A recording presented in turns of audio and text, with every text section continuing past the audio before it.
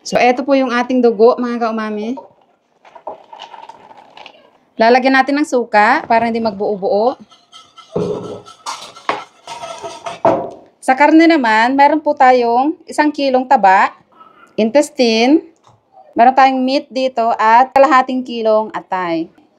Gusto natin syempre yung medyo maliliit at unahin na natin ang taba. Ayan, so hiniwalay ko po yung taba dahil papaputukin po muna natin yan at mamaya na yan habang nagpapaputok tayo. At dito magandang magsangkot sa ating malaking kawali. Taba.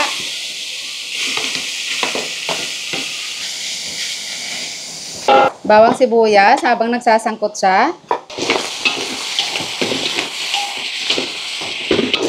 So ayan, okay na po yung ating taba. Garlic. Laurel. At maraming paminta. Yung walang taba.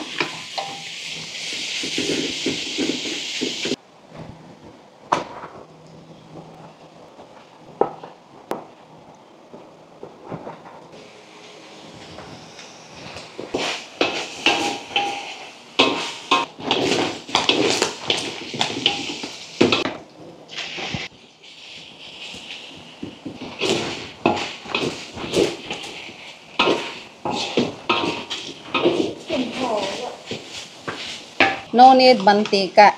Gusto ko pong ihuli yung bawang dahil ang hirap magpaputok. I mean sibuyas.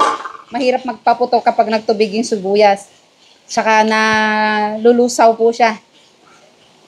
At isa pa ho, gusto nating mapunta sa ating sauce, yung bango ng sibuyas.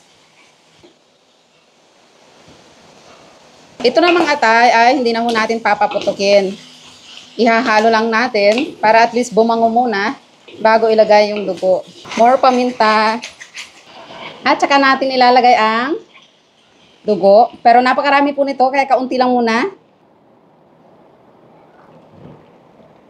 Kailangan po natin ng tanglad. At kailangan natin pitpitin muna. Hindi na ho natin hihiwa-hiwain dahil tatanggalin natin yan mamaya. Ayaw natin na merong tanglad na matigas sa ating ulam. Of course, sili. Ayan, sobrang bango at dinuguan na po siya.